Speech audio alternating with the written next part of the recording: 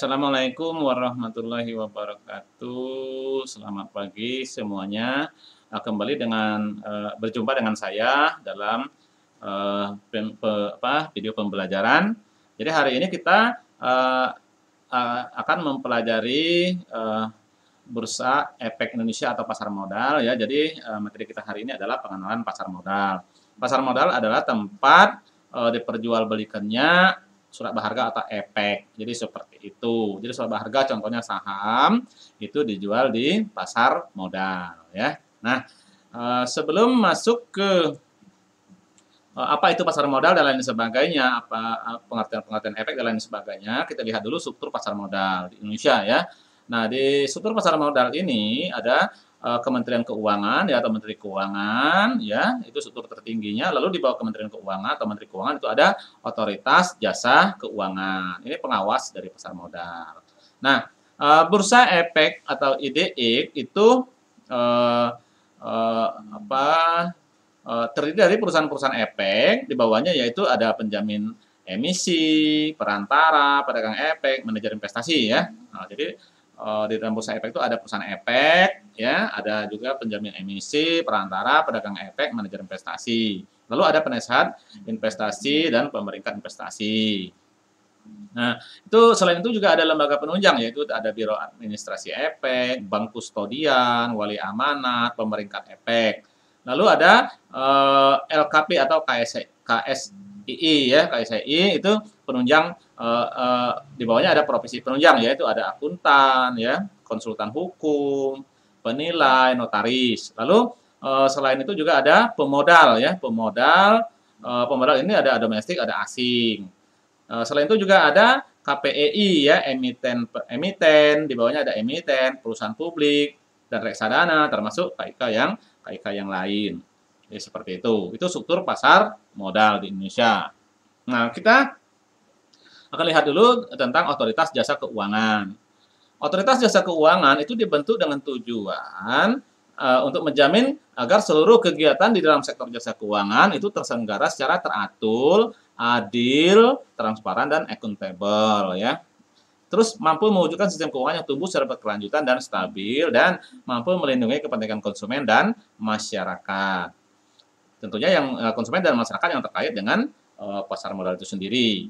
Fungsi Otoritas Jasa Keuangan mempunyai fungsi yang menyelenggarakan sistem pengaturan dan pengawasan yang terintegrasi terhadap keseluruhan kegiatan di sektor jasa keuangan. Tugas dari Otoritas Jasa Keuangan adalah untuk melakukan pengaturan dan pengawasan terhadap kegiatan jasa keuangan di sektor perbankan, sektor pasar modal, dan sektor industri keuangan non-bank. Jadi tugas dari OJK ini meliputi sektor perbankan, sektor pasar modal, dan sektor industri keuangan non-bank. Ya. Nah, Otoritas Jasa Keuangan ini memberikan izin usaha kepada antara lain ya Bursa Efek, lembaga clearing dan penjaminan, lembaga penyimpanan dan penyelesaian, reksadana, perusahaan efek, penasehat investasi, biro administrasi, dan lain sebagainya ya, yang berkaitan dengan pasar modal, yang berkaitan dengan tugasnya ya, seperti itu.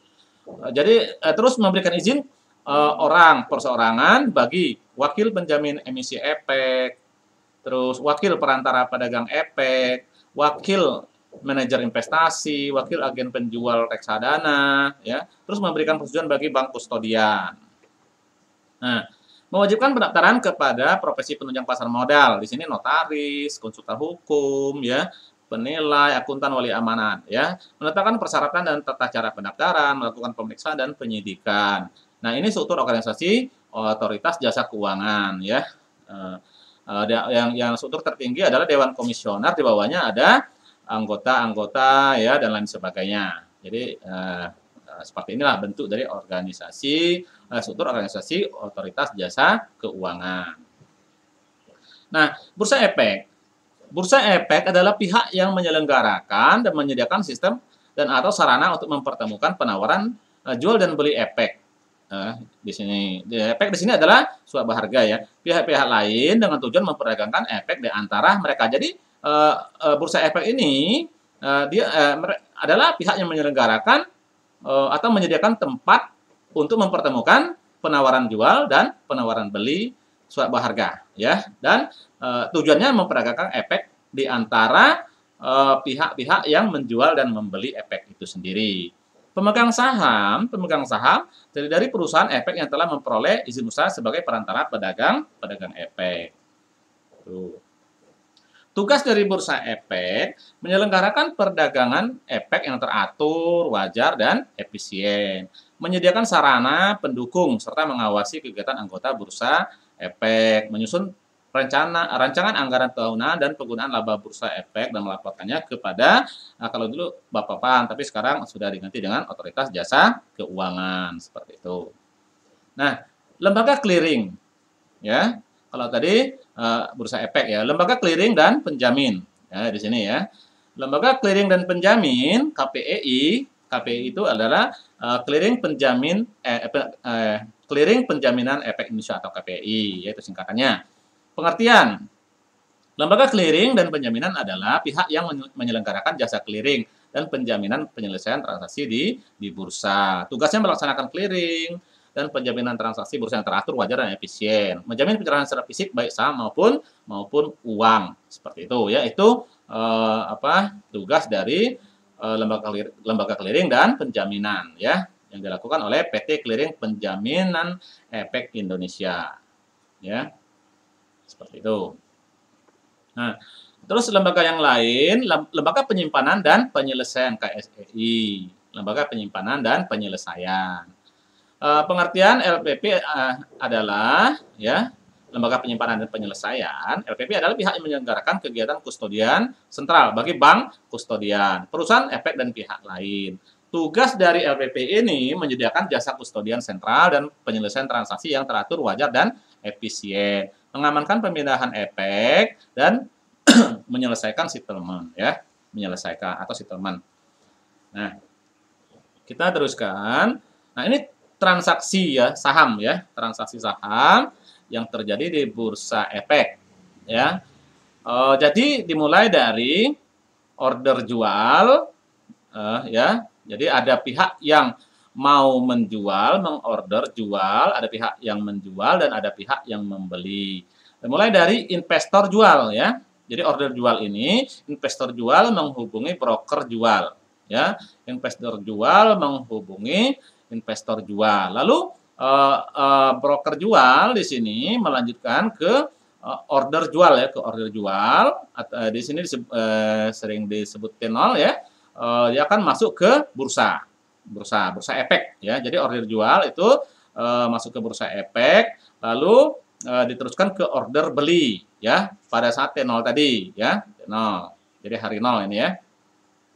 Jadi order jual masuk ke pasar bursa dan pasar bursa melanjutkannya ke order beli. Jadi order jual dan order beli itu ada di pasar bursa ya melalui broker jual. Lalu order beli itu akan masuk ke order broker beli ya, broker beli lalu ke investor beli. Nah, dari broker jual ya hasil clearing ya T1 di sini akan masuk ke KPEI. Dari KPEI hasil clearing tadi akan masuk ke order ke broker beli. Ya seperti itu. Nah, terus dilanjutkan dengan broker jual di sini ya, harusnya masuk ke instruksi atau settlement gitu ya, settlement. Lalu masuk ke KSEI. KPEI itu akan meneruskannya ke KSEI ya, ke KSEI ya. Terus dari broker beli dia juga akan diteruskan ke KSEI ya, itu pada instruksi settlement-nya. Jadi instruksi settlement-nya dari broker jual ke KSEI, dari broker jual hasil clearingnya ke KPEI, dari KPEI instruksi settlement-nya juga masuk ke KSEI. Dari KPEI tadi broker jual ke di KPEI, dari KPEI dia ke broker beli, begitu juga dari broker jual masuk ke bursa, dari bursa ke broker beli settlement-nya juga masuk ke KSEI ya. Jadi seperti itu ceritanya. Jadi ini transaksi saham arusnya ya, arus transaksi saham di bursa efek. Nah, perusahaan efek adalah pihak yang melakukan kegiatan sebagai perantara pedagang efek. Di sini broker, dealer gitu ya. Penjamin emisi efek itu underwriter ya. Terus manajemen investasi adalah atau investment manager atau gabungan dari A, B, C di atas. Ini perusahaan efek. Pihak yang melakukan kegiatan sebagai perantara pedagang efek, penjamin emisi efek, manajer investasi atau gabungan dari A, B, C. Jadi bisa tiga-tiganya yang dikerjakan oleh perusahaan efek. Nah, perantara pedagang efek adalah adalah pihak yang melakukan kegiatan usaha jual beli efek untuk kepentingan sendiri atau pihak lain. Ini adalah perantara pedagang efek. Kewajibannya mendahulukan kepentingan nasabah sebelum melakukan transaksi untuk kepentingan sendiri. Ya, dalam memberikan rekomendasi kepada nasabah untuk membeli atau menjual efek, wajib memperhatikan keadaan keuangan dan maksud serta tujuan investasi dari nasabah. Membubuhi jam, hari, dan tanggal atas nama pesanan nasabah pada formulir pemesanan. Ya, itu perantara pedagang efek. Kewajiban dari pedagang efek ini lanjutan ya. Perantara pedagang efek memberikan konfirmasi kepada nasabah sebelum berakhirnya hari bursa setelah dilakukan transaksi. Menerbitkan tanda terima setelah menerima efek atau uang dari nasabah. Menyelesaikan amanat jual beli dari pemberi amanat, menyediakan data dan informasi bagi kepentingan para pemodal, membantu mengelola dana bagi kepentingan para pemodal, memberikan saran kepada para pemodal. Itu tadi perantara pedagang efek ya. Terus penjamin emisi efek. Penjamin emisi efek adalah pihak yang membuat kontrak emiten untuk melakukan penawaran umum bagi kepentingan emiten dengan atau tanpa kewajiban untuk membeli sisa efek yang tidak terjual. Kewajiban di sini mematuhi semua ketentuan dalam kontrak penjaminan emisi, mengungkapkan dalam prospektus adanya hubungan afiliasi atau hubungan lain yang bersifat material antara perusahaan efek dan emiten, ya. Itu penjamin emisi efek. Tugasnya menjamin penjualan efek dan pembayaran keseluruhan nilai efek yang diemisikan kepada emiten, mewakili para penjamin emisi efek dalam hubungannya dengan emiten dan pihak ketiga dan lain sebagainya. Itu tugas dari penjamin efek, ya. Nah, perjanjian penjaminan. Penjaminan emisi dengan kesanggupan penuh, full commitment underwriting ya. Penjamin emisi di samping menyanggupi untuk menawarkan efek tersebut kepada masyarakat, juga menyanggupi untuk membeli sendiri efek yang tidak habis terjual. Ini perjanjian penjaminan. Jadi, penjamin emisi efek ini dia harus memberikan kesanggupan penuh ya untuk menjual. Tapi kalau dia tidak mampu menjual, dia harus menyanggupi untuk menawarkan membeli efek itu sendiri. Jadi dia menyanggupi untuk menjual kepada masyarakat, menawarkan kepada masyarakat. Tapi kalau tidak terjual semuanya, ya maka dia harus menyanggupi membeli sendiri efek yang tidak harus terjual. Itu perjanjian penjaminan. Penjaminan emisi dengan kesanggupan penuh atau full commitment underwriting ya, itu maksudnya. Yang kedua, penjaminan emisi dengan kesanggupan siaga, standby commitment underwriting. Ini penjamin di samping menyanggupi untuk menawarkan efek tersebut kepada masyarakat atau menjual efek tersebut kepada masyarakat, juga menyanggupi untuk membeli sisa efek yang tidak habis terjual pada suatu tingkat harga tertentu sesuai dengan syarat yang diperjanjikan. Itu perjanjian penjaminan efek ya. Nah, terus perjanjian penjaminan efek berikutnya adalah penjaminan emisi dengan kesanggupan terbaik, best effort underwriting ya. Penjamin emisi hanya mempunyai kewajiban untuk menawarkan efek tersebut sebaik-baiknya, dan bila tidak habis terjual maka efek tersebut akan dikembalikan kepada emiten. Berikutnya, kesanggupan semua atau tidak sama sekali. Penawaran akan dibatalkan apabila tidak terjual semua. Nah, ini juga ada ya perjanjiannya. Minimum, maksimum, paling sedikit, paling banyak. Ya, penawaran efek akan dibatalkan apabila tercapai batas minimum dan seterusnya. Itu kesepakatan ya. Manajer investasi. Berikutnya, manajer investasi. Ya, manajer investasi. Bentar ya, kita kembali ke sini. Tadi ada pedagang perantara tadi ya. Pedagang perantara ini biasanya perusahaan-perusahaan sekuritas ya. Perantara pedagang efek ya. Perantara pedagang efek. Berikutnya manajer investasi ya. Manajer investasi. Manajer investasi pengertiannya pihak yang kegiatan usahanya mengelola portofolio efek untuk para nasabah atau mengelola portofolio investasi kolektif untuk sekelompok nasabah, kecuali perusahaan asuransi, dana pensiun, dan bank yang telah melakukan kegiatan sendiri berdasarkan perundangan yang berlaku. Jadi manajer investasi ini pihak yang mengelola portofolio efek untuk para nasabah. Jadi para nasabah ini berarti kumpulan ya, kumpulan nasabah atau orang banyak, itu ya, kumpulan para nasabah yang menyimpan dananya di perusahaan investasi lalu dikelola oleh manajer investasi ya, dimasukkan ke mana, ke saham, ke pasar uang ya, ke obligasi dan sebagainya, itu yang mengelolanya. Nah, tugas dari manajer investasi di sini menyusun dan mengimplementasikan strategi investasi melalui pemilihan kombinasi aset yang optimal ya, sesuai dengan tipe dan tujuan investasi yang ditentukan. Terus yang kedua, menyesuaikan portofolio investasi dengan perubahan-perubahan yang terjadi pada iklim pasar. Di sini ekonomi makro ya, inflasi, suku bunga dan kondisi sosial politik. Nah, contoh perusahaan atau perusahaan-perusahaan ya ini lebih ke biasanya dalam bentuk reksadana ya, manajer investasi ini ya yang akan mengelola ya. Nah, contohnya ada PT Sinarmas Asset Management, PT Sukor Invest Asset Management, Schroder ya, BNP Paribas dan lain-lainnya.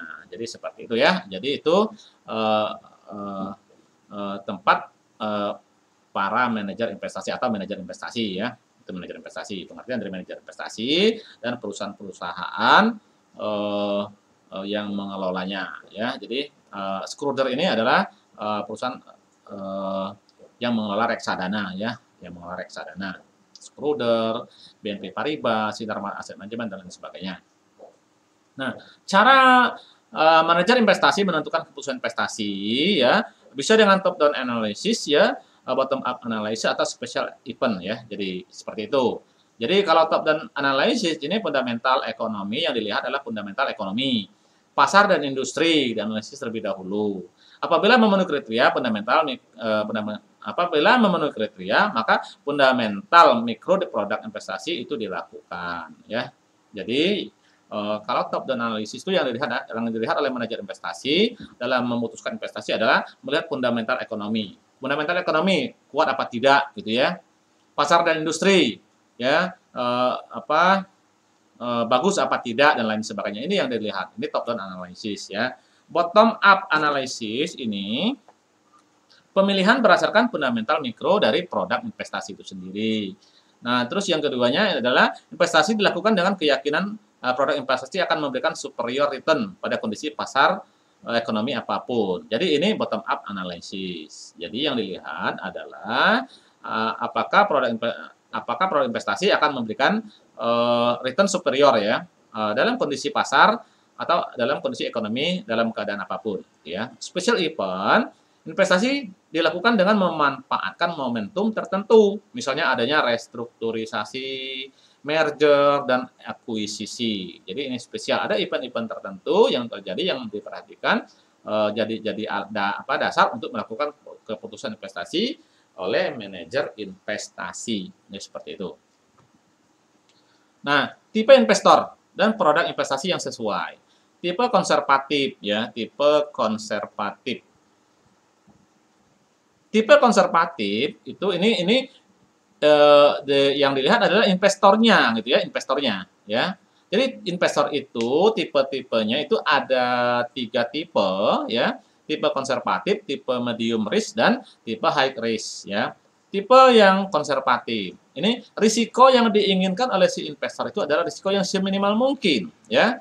Terus yang kedua menjanjikan pendapatan. Jadi risikonya minimal dan betul-betul menjanjikan pendapatan. Nah, untuk tipe investor yang seperti ini yang paling tepat produknya ya, yang paling tepat atau yang produk yang paling cocok ya untuk mereka yang seperti ini ya, yang konservatif, yang menginginkan risiko yang serendah-rendahnya. Nah, produk yang sesuai adalah tabungan. Ya, tabungan, deposito, obligasi yang memiliki high rating. High rating ini ratingnya tinggi ya, triple A gitu ya, triple B gitu ya dan lain sebagainya. Ya, jadi dengan keyakinan bahwa obligasi itu bisa dibayar tepat waktu pada saat jatuh tempo ya. Jadi seperti itu. Nah, itu produk yang sesuai untuk yang investor yang tipenya konservatif. Namun untuk investor yang tipenya medium risk ya, risikonya menengah di sini ada risiko ya, namun terdiversifikasi ya, risikonya dikelola ya, dibagi-bagi gitu ya, menjanjikan pertumbuhan kapital yang stabil Ya, jadi risikonya tetap ada, cuma diversifikasi ya. Nah, produk yang sesuai adalah reksadana ya, unit trust, saham saham blue chip, jadi seperti itu ya. Nah, atau kalau manajer investasi biasanya di reksadana, maka dananya itu bisa di apa, diversifikasi ya, dikombinasi gitu ya. Ada sebagian yang dimasukkan ke saham, sahamnya saham blue chip. Ada sebagian yang masuk ke obligasi, obligasi yang memiliki high rating ya. Ada juga yang mungkin dimasukkan ke pasar uang. Jadi risikonya itu terdiversifikasi, terbagi-bagi ya, sehingga tingkat risikonya dapat ditekan. Ini untuk yang investor yang sifatnya medium risk. Nah, untuk tipe investor yang high risk ya, high risk ini berani mengambil risiko tinggi. Jadi berani mengambil risiko tinggi, mereka akan menanamkan investasinya di mana di pertumbuhan kapital di atas rata-rata dengan risiko yang lebih tinggi ya. Produk yang sesuai untuk mereka yang memiliki tipe ya high risk ini, produk sesuai adalah saham. Jadi dana mereka 90% itu masuk ke saham ya. Produk derivatif, investasi di emerging market ya. Jadi seperti itu. Jadi dengan apa? Dengan harapan biasanya seperti itu ya. Ada relevansi antara tingkat risiko dengan tingkat return gitu ya. Semakin tinggi return yang diharapkan juga semakin tinggi risikonya. Nah, jadi itu yang cocok untuk investor dengan tipe high risk. Nah, jadi di sini inilah tiga jenis investor ya dan produk investasi yang cocok dengan mereka, karakter dari para investor ya. Konservatif, medium dan high risk. Ya, seperti itu. Penyelesaian investasi. Pengertian. Penyelesaian investasi adalah pihak yang memberikan nasihat kepada pihak lain mengenai penjualan atau pembeli efek dengan memperoleh imbalan jasa. Ya, tugasnya memberikan nasihat kepada pihak lain, melakukan riset, buat rekomendasi, berikan analisa di bidang efek, wajib memelihara segala catatan yang berhubungan dengan nasihat yang diberikan. Itu penasihat apa namanya investasi. Contohnya konsultan gitu ya dan lain sebagainya, konsultan efek dan lain sebagainya. Pemeringkat efek adalah pihak yang melakukan penilaian pemeringkatan efek dengan memberikan penilaian yang objektif, independen, dan terpercaya terhadap surat hutang yang ditawarkan kepada masyarakat melalui pemeringkat risiko hutang. Ini lebih ke apa ya, obligasi biasanya ya. Pemeringkat yaitu penilai kemampuan membayar kembali surat hutang, jasa informasi yaitu penerima informasi mengenai perusahaan di pasar modal ya. Nah, pemeringkat efek di sini analisis pemeringkat efek itu studi industri, analisis risiko bisnis, ya risiko bisnisnya seperti apa, posisi pasar, diversifikasi, manajemen dan lain sebagainya.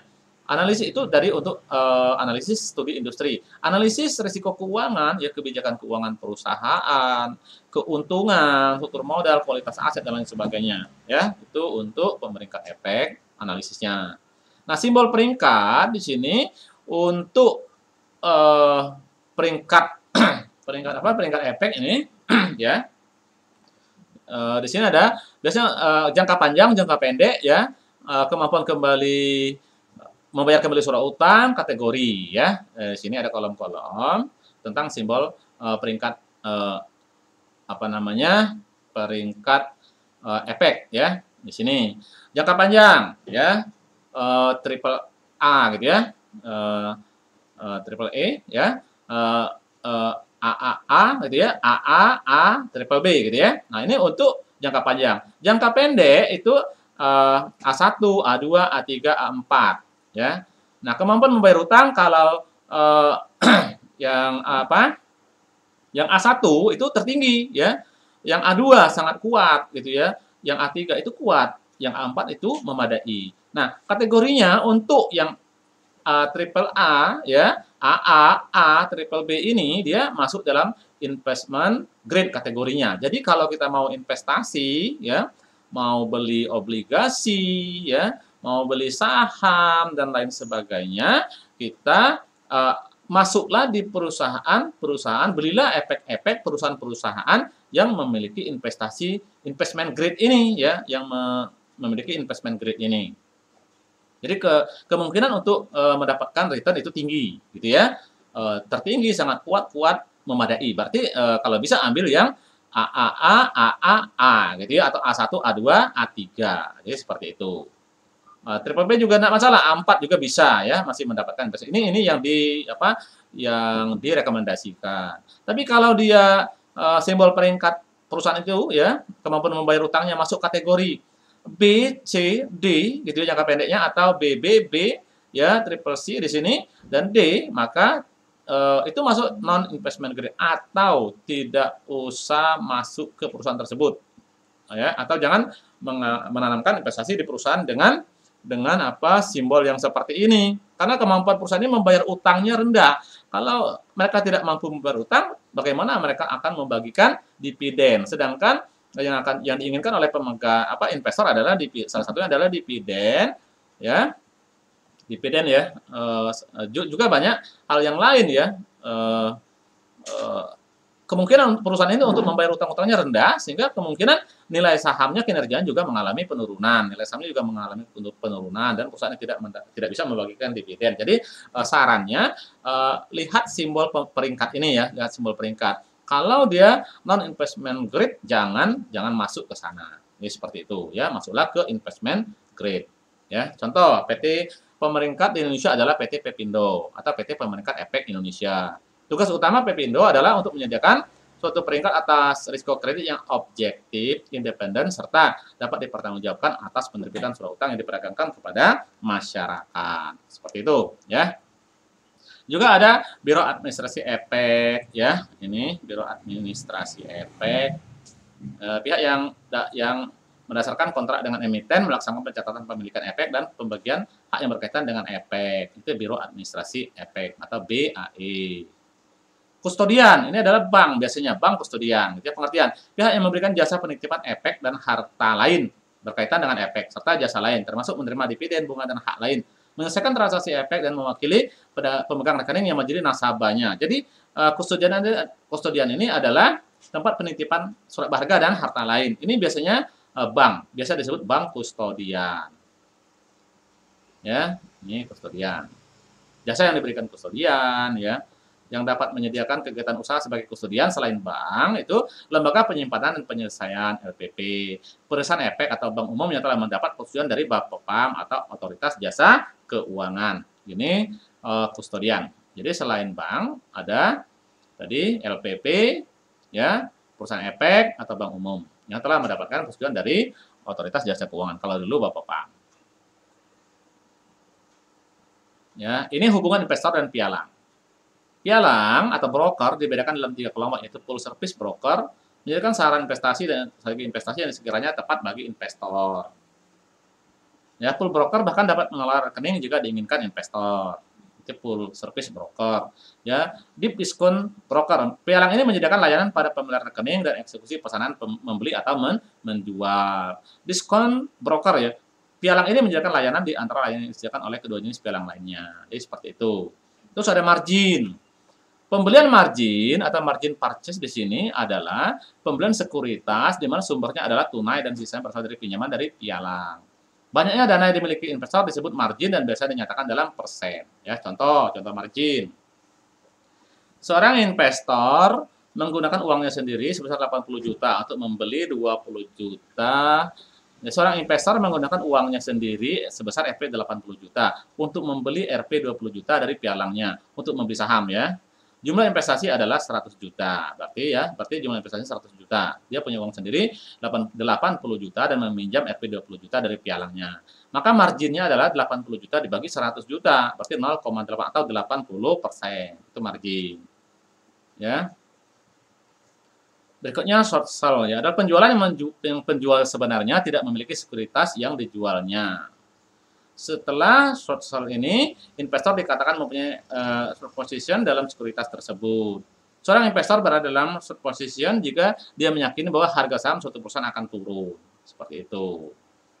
Mekanismenya, investor meminjam saham dari pialangnya dan kemudian investor tersebut menjualnya. Di waktu tertentu di masa mendatang, investor tersebut akan membeli saham dalam jumlah lembar yang saham dipinjamnya untuk mengembalikannya. Ya, tuh ini ilustrasinya. Bapak Roni melakukan short sell 100.000 lembar saham UUOO ya contohnya ya. pada harga Rp300 per lembar saham. Bapak Roni menerima 30 juta dari penjualannya. Satu bulan kemudian saham diperdagangkan pada harga Rp200 per lembar. Bapak Roni selanjutnya membeli 100.000 lembar saham pada harga 200 atau senilai Rp20 juta dan mengembalikannya pada pialangnya untuk menutup short positionnya, ya.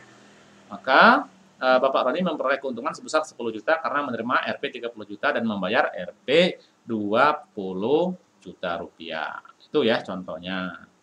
Terus indeks pasar saham. Indeks pasar saham atau stock market, ya, merupakan stock market index di sini merupakan informasi mengenai kinerja pasar saham yang diringkas dalam suatu indeks. Contohnya, ya, ada indeks harga saham gabungan, ya, atau composite stock price index, ya, indeks, ya. Terus indeks LQ45, ya. Ini ada 45 saham yang diperdagangkan dalam indeks ini, gitu ya. Indeks Kompas 100, seperti ada 100 saham yang diperdagangkan dalam indeks ini, gitu ya. Indeks sektoral, ya, atau JII, ya, Jakarta Islamic Index, ya. Indeks papan utama dan papan pengembangan, ya. Jadi itu contoh indeks, ya. Nah, contoh perhitungan indeks saham. Contoh perhitungan indeks saham, anggap di Bursa Efek Indonesia hanya ada 2 saham dengan harga dan jumlah lembar saham yang beredar pada 2 hari berbeda sebagai berikut.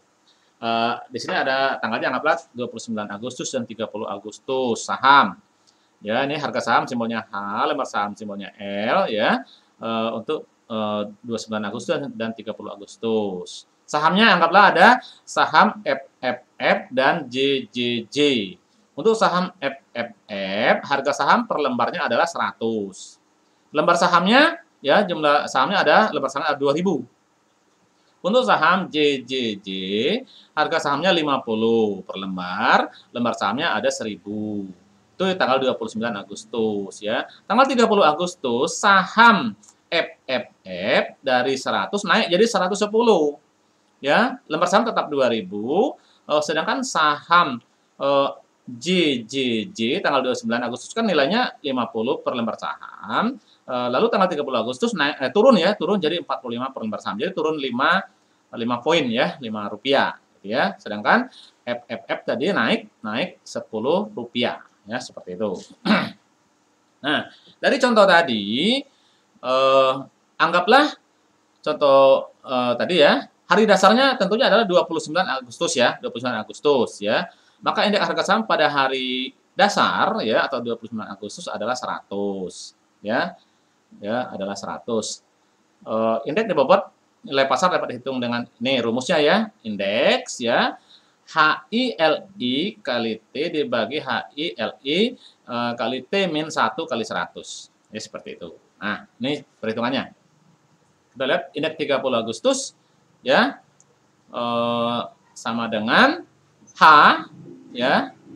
H di sini simbol dari harga, L adalah simbol dari lembar saham. HFFF kali LFFF, ya, 30 Agustus ditambah HJJ kali LJJ 30 Agustus dibagi HFF kali LFF 29 Agustus, ya, ditambah HJJ kali LJJ 29 Agustus, ya. Maksudnya bukan kali T tapi T, ya, T1 gitu, ya, tadi, ya. Oke. Nah, indeksnya, ya, 30 Agustus 110, yang 30 Agustus, ya. 30 Agustus 110 kali 2000 ditambah 45. 45, ya, tanggal 30 Agustus dikali 1000, ya, dibagi 100 kali ini yang 29 Agustus, 100 kali 2000 ditambah 50 kali 1000. Lalu dikalikan dengan 100, maka indeks 30 Agustus adalah 106. Indeks 29 Agustus 100, maka indeks tanggal 30 Agustus adalah 106. Itu cara menghitung indeks, ya. Jadi tadi rumusnya menghitung indeks HILIT, ya, dibagi HILIT1, ya, itu maksudnya kali 100, ya. Oke. Itu saja untuk pengenalan pasar modal ini, ya. Kita lanjutkan kembali di video berikutnya dalam materi-materi yang lain untuk mata kuliah analisis investasi dan pasar modal. Terima kasih ya, sampai berjumpa kembali.